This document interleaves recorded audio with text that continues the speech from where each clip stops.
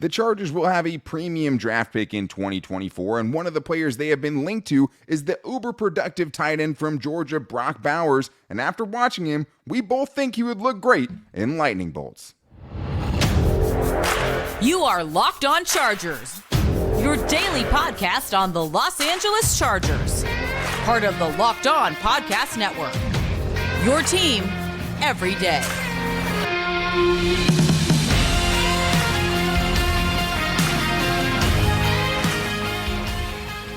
What is up, and welcome into the Locked On Chargers podcast. I'm your host, Daniel Wade, joined as always by my co-host, David Drogemeyer, and we've been covering the Chargers together for 8 seasons now, but this is our 6th year as the host of the Locked On Chargers podcast, bringing you your team every day. Thank you guys, as always, for making us your first listen today, and to make sure you never miss the show, go subscribe or follow for free on the Locked On Chargers YouTube channel, and listen wherever you get your podcast from. David, what do we got today? Well, Daniel, after the Chargers missed out on grabbing a tight end in the 2023 draft, they definitely have to take a look at the potential of getting Brock Bowers in the 2024 draft. Then we got to talk about how the Chargers are going to handle the cap situation in 2024. And then we're going to wrap things up with our Keys for Success Express. Yeah, the debut of Keys for Success Express, which I'm afraid I'm going to say a bad word at some point while I say it, but I'll say it's made time to see what comes out. But today's episode is brought to you by LinkedIn Jobs, who helps you find the qualified candidates you want to talk to faster. Post your job for free at linkedin.com/LockedOnNFL. Terms and conditions apply. Obviously, keys for success this late in the season when the Chargers are out of it, not a familiar territory for us, but we wanted to incorporate some fan mail stuff since it's a short week with Christmas this week and get you guys involved in the show. And we have a great question to start things off from Brian Rick, one of the originals. What I want to know is if he's doing a belly flop in the river if the Chargers take Brock Bowers in this upcoming draft. But this is what he says. Do you guys see more value picking Brock Bowers in regards to upgrading the offense, all things that tight end that they do for you, or you hire on a wide receiver, an offensive lineman, or edge rushers? Curious who you guys like. As always, love the show, and Happy New Year's. Happy New Year to you, Brian. And it's a good question, and I want to use this to talk about Brock Bowers because tight end is one of those positions, David, where it doesn't have the positional need that some of the, or positional value, I should say, some of those. But man, you look at this guy and you see a lot of ways he could potentially help this Chargers offense going forward. Yeah, for sure. And then where the Chargers are going to be drafting, somewhere in, the 6 to 10, pick range, depending on how these last 2 games shake out. Brock Bowers very well could be there at one of those spots. And for you to take a tight end at that level, he has to be a transcendent talent, a guy who is like a future Hall of Fame type of elk. Now, obviously, I'm not going to put that on Brock Bowers, but Brock Bowers is an animal, okay? Yeah. Let me make that very clear. And Georgia used him in a multitude of different ways. They did screens. They did handoffs. They did an excellent job of attacking the seam with him. He's an excellent contested catch receiver. Yeah. He recorded 76.5% of his contested catch percentage last season, which was top 10 for all of FBS receivers, not just tight ends, but all receivers in college football. He also is a explosive play machine. He has 24 explosive passing plays. That's passing plays of 15 yards or more in 2022, which led the FBS for tight ends. So This guy is an adequate blocker, but he is a pass catching just demon. He is an absolute threat. He's a guy that you want to get the ball in his hands and watch him work, and he just never seems to get negative plays. He always falls forward. He always breaks tackles. Brock Bowers is an animal, and he would make any offense a lot better. Yeah, and I think you're weighing that against, obviously, I think what a lot of people point out, which is just the other tight ends that are taken in the first rounds that probably never lived up to the hype, right? Kyle Pitts being the latest one. The T.J. Hawkinsons, who's actually turned into a really, really good tight end. Noah Fant, Hayden Hurst, David Njoku, Evan Ingram. You can keep going back, right? Eric Ebron, Brandon Pettigrew, a lot of those kind of guys. But a lot of them didn't come out with the same kind of skill set and production that this guy is. And I think the other really impressive thing about him is just like this man really charged onto the field as a true freshman and already looked like a grown man, right? 56 catches, 882 yards, and 13 touchdowns as a true freshman on the way to a national championship. I wanted him then, right? Yeah. And I get it. Like the tight ends and taking a tight end in the top 10 is something that is definitely risky. But like when you look at him, it's just hard to find something that he doesn't excel at, right? You talked about it. Like he can make the contested catch. He can also make the spectacular catch, the shoestring catch, one-handed, the sideline catch. The body control there is crazy. And then when he gets the ball in his hands, he has a little bit of that George Kittle. He has a little bit of that Rob Gronkowski after the catch, where like it seems like he's lumbering a little bit. All of a sudden, you see him pulling away from defensive backs. So it's going to be very interesting to see how this guy tests. And I think if you weren't going to go that route, right, like there are going to be a couple of offensive tackles that are going to be there, and we'll get more into them and watch more of them. Today, we were focused more on the skill position players. So if you wanted one of those guys to take over for Trey Pipkins, I see the argument there. You'd have to have the top two guys switch sides. So that's another thing you'd have to worry about a little bit.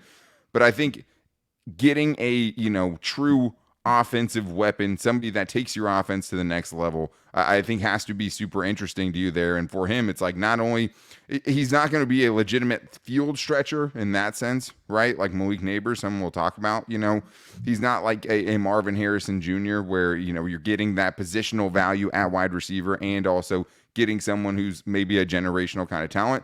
But man, and I'd say you probably undersold him as a blocker. Like I think he's a little bit smaller, but the effort's all out. I think for a college blocker, he's definitely ahead of the curve and helps you there. I think what Brian's saying is like, first of all, the run game for the Chargers this year was let down not just by the offensive line, but also by the tight ends. They got ridiculously poor blocking from their tight ends. It shut down a lot of runs. He helps you there, right? He helps having a reliable target for Justin Herbert that, can move the chains and also can stretch the seam, and also you could actually hand it off to, right? Yeah. So like I see wanting to go a different position for that positional value, but if you're ever going to break it, it feels like Brock Bowers would be the guy you would break it for, be the guy that you would kind of break the rules for there. But what if he's gone? Does that mean the Chargers go ahead and trade back, or is there someone else that could be waiting there that's worth taking? Let's hear what Dale has for us. Yeah, my name is Dale Toombs from Irvine. I love your show, guys. I was listening today and love to have Marvin Harrison, but Brock Bowers is a pretty good reality. I think that's a guy you can't miss on too. If you can't get either one, then I think you start trading down. But that guy is unbelievable. I want to get your thoughts on that. Thank you so much. And again, I really appreciate what you guys do. So we talked about this, obviously, we like Brock Bowers a lot, but I think the question here really for me is just, okay, if Marvin Harrison Jr. is gone, which even with Brock Bowers on the board, you're going Marvin Harrison Jr. over any other person in this draft, right? Oh, yeah, if you had the chance for it. Stop it right there.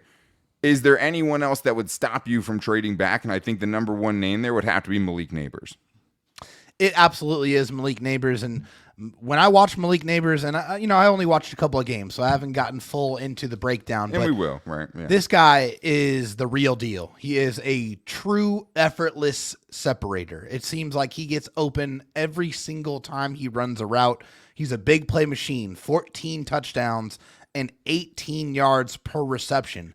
This guy, every time he touches the ball, he's almost going for 2 first downs. So, I mean, it's spectacular to watch him. He is the type of receiver I think that the Chargers are kind of lacking. A guy that can, really get open really easily. The Chargers, to their credit, they've gotten some good possession receivers, but those guys don't create a ton of separation outside of Keenan Allen, who is in his 30s, right? You need to get somebody a little bit younger in the room that can separate, that can get open for Justin Herbert, and then can create after that. So when you look at Malik Nabers, he has that ability in spades. Yeah, he is a true bona fide deep threat. He'd be. So I'm guessing you're saying you would stay there probably at the pick and take him as opposed to potentially trading back. As of right now, yes, someone like I would. a Roma Dunze or someone like that, another receiver that's maybe a mid first round pick. Yeah, I mean, I still think trading back is a good option. Like, I think you have to consider that almost no matter who's I'm not there, opposed to it unless either. it's a Marvin Harrison Jr., right? Just because this team is going to have so many holes in it next year, and we'll talk about kind of how they can flirt around that and try to stay competitive in the next segment. But like, Malik Nabers would easily be the most explosive player that Justin Herbert's ever played with. Someone that would actually, feel like they fit the bill of helping Justin Herbert unlock some of the potential we haven't seen from him so far. And really just give them that ultra deep threat that they've been looking for while also having a more well-rounded game, right? It's not a Jalen Hyatt where he's just a deep threat. He brings more to the table. He's a good yak threat. He's a good separator. He brings all of that, plus he can beat you deep in an instant. So that is going to be a huge question if he's available right there and those other guys are not. It's going to be a hard decision there. But a lot of hard decisions are coming in 2024. Should the Chargers just kind of tear it down and rebuild in 2024, or can they stay competitive? We're going to talk about that coming up right after this. First, though, I need to tell you guys about LinkedIn Jobs, because when you're hiring for your small business, you want to have as many top-tier candidates as possible to interview, and that's why you have to check out LinkedIn Jobs, because LinkedIn Jobs has the tools to help you find the right professionals for your team faster and for free. And Chargers fans should know something about a job opening that needs a qualified candidate. But LinkedIn just isn't another job board. They have a vast network of more than 1 billion professionals, which makes it the best place to hire. Hiring is easy when you have that many quality candidates. So easy, in fact, that 86% of small businesses get a qualified candidate within 24 hours. LinkedIn knows that small businesses are wearing so many hats and might not have the time or resources to hire. Thankfully, with LinkedIn, the process is intuitive, quick, and easy. And right now, especially when you're finishing your year, you want to make sure that you have the right fit. And also, starting the new year, you definitely don't want to make the wrong hire, and getting those qualified candidates is key. So post your job for free at linkedin.com/LockedOnNFL. That's linkedin.com/LockedOnNFL to post your job for free. Terms and conditions apply. And you guys also know that this show, we get into a lot of in-depth analysis and takes, but I need to give you guys my hottest take of the day, which is that the best lineup in LA right now is the auto loans at Logix. They start off at the top with my favorites, the proven and dependable new and used vehicle loans. You can count on these guys to give you low rates and save you big time bucks. Next up, you have the exciting new rookie sensation in their electric vehicle loans with super low rates and a flexible payment. Rounding out their lineup, they've got auto refinancing loans and lease buyout loans. With these guys, you could lower your monthly payments and get on the road to owning your car faster. Look, I know it's a hot take, but seriously, no one can beat the lineup at Logix. Visit your local Logix branch right here in LA and the surrounding area and let one of their amazing team members help you, or you can just apply online in minutes at logixbanking.com/car. That's LOGIX banking/car. All right, David, let's continue this little mini Fan Mail Friday / Keys for Success Express and get into some more questions we have here. And thank you guys who hit us up at LockedOnLAC on Twitter and for always making us your listen, because it is your first listen, because it's your team every day. But we had a great question here from Big Daddy E, who asked us on Twitter, would you rather rip the Band-Aid off the roster, make a bunch of cuts to reshape it, and take the cap hit in 2024? Or would you try to make some extensions and kick the can down the road again and try to win in 2024? Thanks, guys. Appreciate your work. David, I'll let you start this one off. What do you think when you see something like this? Yeah, so I mean, obviously, when we're talking about the 2024 cap, you just have to look at the biggest cap numbers, biggest cap hits for the 2024 season. So the top of that list is Khalil Mack at 38.5 million. Then it's Joey Bosa at 36 million, Mike Williams at 32 million. Corey Linsley at 14 million, and then Keenan Allen at 34 million. So first and foremost, I want to extend Keenan Allen. I've said this many times. I want Keenan Allen to retire a Charger. So I'm looking at probably a 3-year deal, 3-year extension, probably somewhere in that neighborhood, because I want him not to ever wear another jersey but a Chargers jersey, and right. I think that's the way it should be. And also that will help you, change his cap number, his insanely high cap number. And then I think you look at Corey Linsley. Corey Linsley obviously has missed most of this season with a non-emergent heart condition. So there's a strong possibility that he could retire. And if he does, then his contract and that money is also going to be, changed on the books. If they can, it would be most advantageous to make him a post June 1 cut, which would only be $2.6 million in dead cap, and that would give them $11.5 million in cap savings. One of Mike Williams, Joey Bosa, or Khalil Mack is probably going to be cut. I think that's something you absolutely have to do. I don't think that you can go into the season keeping all of those guys. So I think that's probably part of the pathway to getting this Chargers team to stay competitive without completely sacrificing all of their highly paid, talented players. So I think, as far as the question goes and the question he's asking there, you're saying it's somewhere in the middle, right? Like that. Yes, somewhere in the middle. Because, the thing is outside of Joey Bosa, the big contracts on this team outside, besides like Derwin and Justin Herbert, who are under contract for a long time, like Mike Williams, Khalil Mack, right? And then, some of these other guys are only under contract for one more year. Keenan Allen, right? Joey Bosa has 2 more seasons. So he doesn't help as much to cut next year. You could also post June 1st cut him. If you're trying to bring back Khalil Mack, who obviously is putting together such an incredible season that you'd think he'd have to be back, but financially it probably makes more sense to cut him. You'd save much more money by cutting Khalil Mack, but he's obviously the one that's been available and been on the field and producing at a high level. Yeah. So you're already eating a huge cap hit from J.C. Jackson and dead money. Like, I think what you're looking for here is somewhere in the middle, because you can get about $30 million under the cap just by releasing Khalil Mack, Mike Williams, and Corey Linsley, right? Like sometimes it's that easy. And you also, because you have Sebastian Joseph Day, who is already cut. You have other guys with Eric Kendricks, so you can free up a little bit more money if you want to without a lot of dead cap. My biggest thing is keeping the books clean in 2025. I'm not trying to kick anything down the road. Like, I think the Keenan Allen extension works out for both sides and is not going to devastate you in 2025. But I'm not, there's no really more big restructures that they can do. But even if they could, I don't want them restructuring anymore, right? Take the hit in 2024, keep it clean for 2025, because it's really not that bad. Like, think about the Vikings this year. That's probably the closest example I could think of. Had to cut a bunch of big names, but stayed competitive. And honestly, if they had Kirk Cousins and Justin Jefferson all season, are probably easily a playoff team right now. So I think it's a little bit similar to that, but I don't want to keep creating more problems for the future to have to try to deal with. So a tier called in. We have to get to a tier. When a tier calls in, he gets on the show. Let's see what he has for us this week. David, my baby, this is a tier. I got a question because Dan is putting pressure on me to ask questions. With Coach Harbaugh coming in and then UGM, what is your expectation for the Chargers 2024? Mine is the floor 11-6 and the playoff win. The ceiling 13-4 division title and number 1 seed. What is yours? Love you, my boys. Merry Christmas and happy and safe New Year. Happy and safe New Year to you, Atir, and Merry Christmas to you as well. David, the floor is yours. Well, Atir, just first and foremost, it is not Dan putting pressure on you to ask questions. That would be me. Okay? Well, it's the rule. No, I mean, it is. The rule is you ask a question, because if not, we would just get a bunch of people giving their opinions on here. But anyways, we're almost out of time in this segment. So let's get to, I think for me, like, the thing is there's so much we don't know at this point, right? So much I think that's the biggest thing that kind of hangs over this. Yeah, there's so much unknown, so much that's going to change on the horizon that we just are going to impact what this situation is going to look like. You got to draft exceptionally well. You got to get the right coach and GM.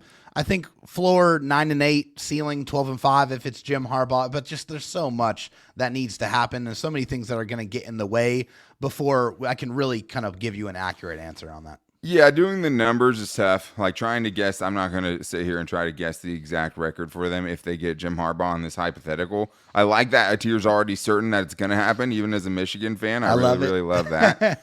But, like, this roster could be a lot different and a lot younger next year, right? It could be a lot more inexperienced next year. You also look at a team like the Packers, right, who kind of had a big exodus and have a ton of young players and kind of working through the growing pains there. So I think for me, the one thing I have confidence in is that Jim Harbaugh can come in and take over, and you're not going to take a gigantic step back. Like, I think that he can come in and keep this team competitive, keep this team as a playoff type of team, right, and be competitive throughout the season, make it to the playoffs, and potentially get a playoff win, like you're saying. Like, I have confidence that Jim Harbaugh would at least be able to keep this team afloat, give them be someone who can steady the ship for them and still have them stay competitive, even though they're losing a lot of big names in 2024. But this is a good question here from Vince Moore, who asks, if Michigan gets dominated by Alabama in the playoff, how much steam does the hype train lose for Jim Harbaugh? What do you think?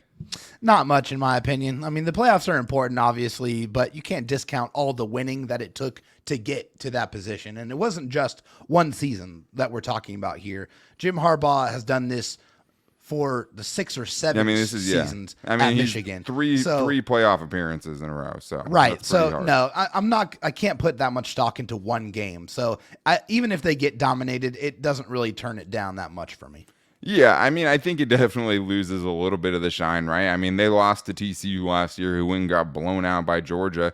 I think he's, it's undoubtedly a hotter name right now because he has an undefeated team who's the number 1 team in the country, right? Which feels nice. Sure. But, like, my thing is, okay, like, does it bring the price down at all? Probably not.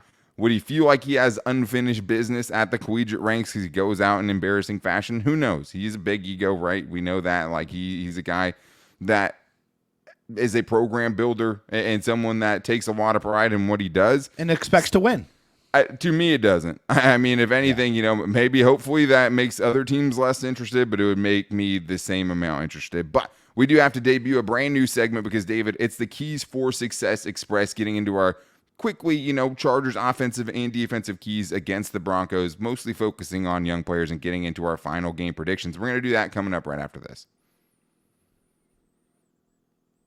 First, though, I do need to tell you guys that the best thing for Football Sunday and one of my favorite things ever is DoorDash, because why root for your team on an empty stomach? Order on DoorDash and save on football watch party favorites. Right now, guys, one of the best things about DoorDash that you can do is going on your DoorDash and looking through it and finding the hidden gems around your community. That's one of the best things. Finding restaurants you never heard of, finding restaurants that are out of your way that you don't want to go to. Good. Get them delivered to your house.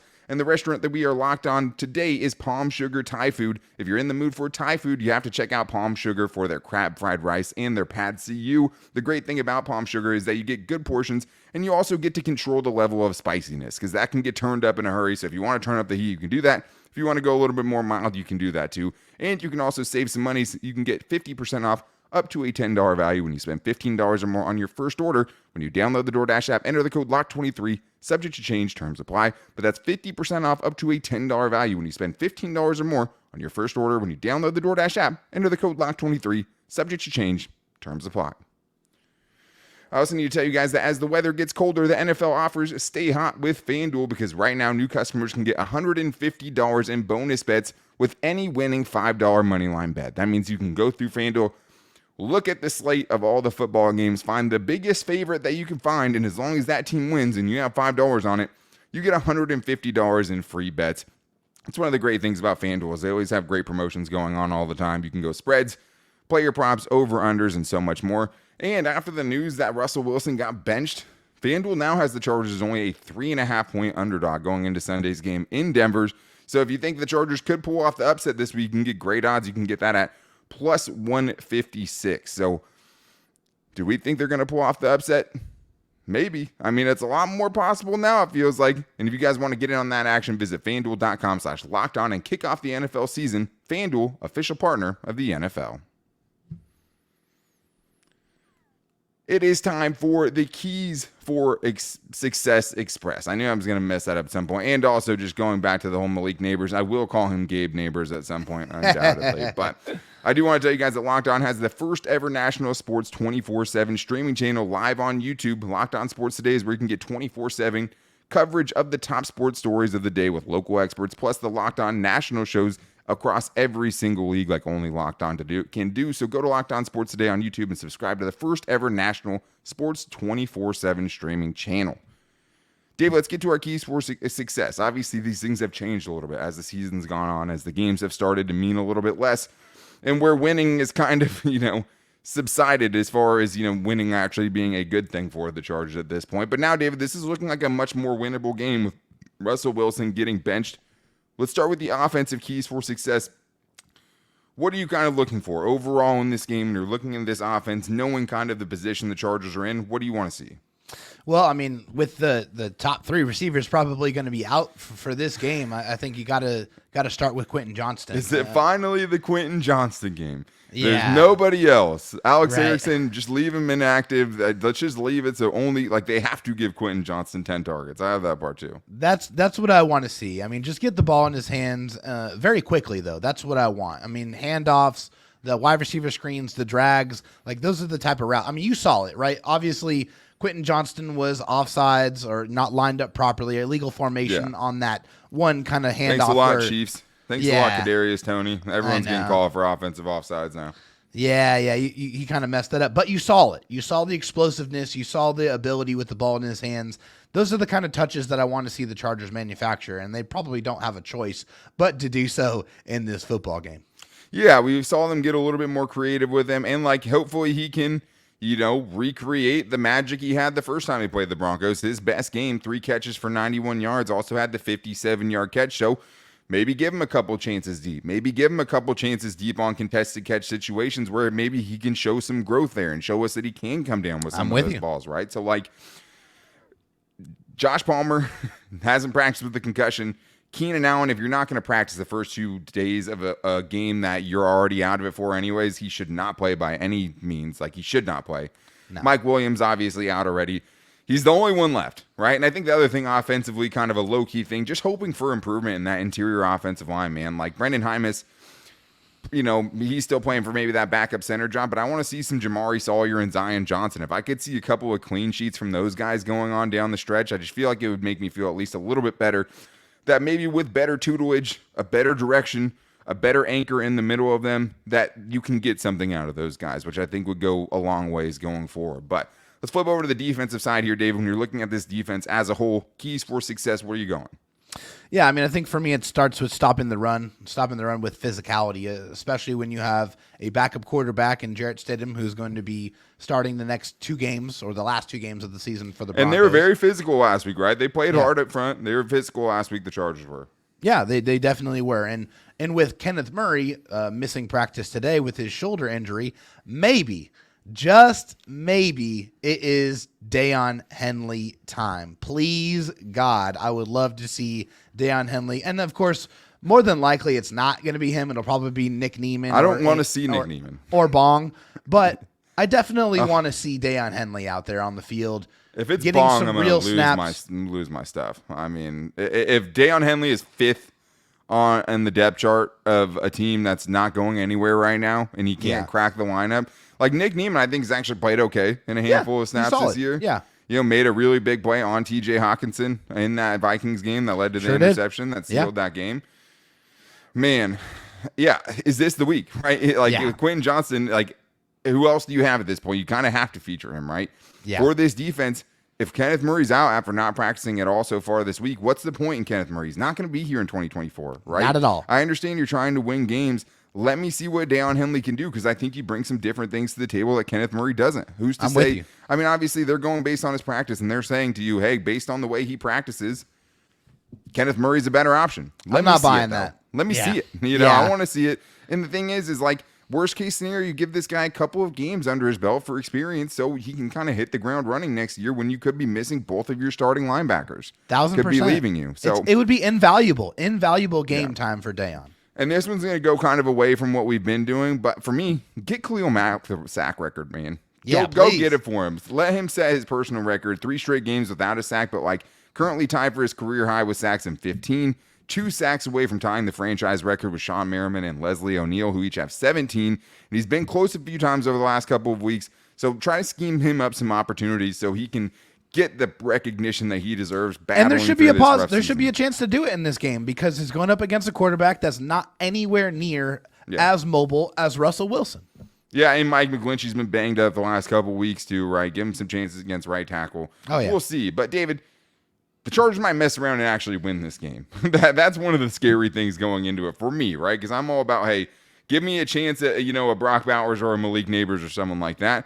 Yeah, we sit here in a game that is a backup quarterback versus a backup quarterback missing his top option, like you talked about with Cortland Sutton probably out or being out of this game. And then you have Easton Stick who's missing, probably his top 3 options. But feels like kind of a coin flip game a little bit, David. I'm going to pick the Chargers, maybe wishful thinking. It's worked out for me the last couple of weeks, even though they got close. I have the Chargers losing this one 17-20. I have the Broncos pulling it off in Denver. I mean, I don't totally trust the Chargers offense. I don't really trust either of these teams to do anything right. But I'm hoping they fight hard, have a close loss. What do you think is going to happen? Yeah, I mean, a backup quarterback, getting his first start of the season for the Broncos. Going to be without their wide receiver 1 in this one. Easton Stick looked pretty good last week, when he was given more practice time, and they definitely played very creative offensively. The play calls were very creative. The forecast in Denver is going to be clear as of right now. There's not going to be any rain, not going to be any snow. It's going to be cold. Obviously, they're still in a very loud stadium. Feet up in the air. Yeah, the altitude is their biggest advantage. Yeah. So with that being said, I still have the Chargers losing this game. It's going to be 24-17. It's going to be very close. And I'm going to sit here and say it right now. I think there's a very very good possibility that they might mess around and actually win this game. Then pick them to win. I was going to. Then do it right now. Them. I'm not going to do it. Pick the upset. Do it for the fans. Do it for those who want to see it win, and then make everyone else mad that wants to see them lose. That's what you should do. I think that's the best way to go about it. No, of course they could win this game, right? They almost messed around and beat a much better team. They almost beat Josh Allen last week, right? So, I still think, you can't underestimate him missing his top 3 receivers for Easton Stick and what this offense could potentially look at after getting shellacked in a half Justin Herbert, half Easton Stick game only a couple of weeks ago. What that defense did to this offense scares me. There's a way I see the Chargers getting 10 or less points in this game. I also find a way, to turn over the Broncos a couple times, get them set up, and like last week in a couple of good scoring situations, where maybe Dicker gets a chance to kick a 65-yard field goal on the altitude, So, and I wouldn't put in anything past that guy. No, sign him lifetime contract, get him to the Pro Bowl. After a couple missed by Greg Zuerlein on Thursday Night Football, now I think he's second in the AFC in percentage behind 39-year-old old Nick Folk, who needs to get out of the league so Cameron Dicker can have his spotlight finally. Either way, it should be a good game, I think, this week. We'll see how these last 2 weeks play out, but make sure you guys are back here on Sunday for our live post-game show. We'll be back to doing that this week, so make sure to not miss it by subscribing to the Locked On Chargers YouTube channel and listening wherever you get your podcast from. Thank you to everyone who hit us up on Twitter at LockedOnLAC and hit us up on Instagram at LockedOnChargers and called into the voicemail line at 323-524-7924. We appreciate everyone. Thank you, Atir, for calling in. We'll always get you on the show, buddy. But you guys can also follow us on Twitter. You can find me at Dan Talk Sports and David Drogmeyer at Dro Talk SD. But make sure you guys are back here for potentially a wild Chargers win. We'll see what happens. But no matter what, we'll be here for the post-game show. But until then, guys, take it easy and go Bulls.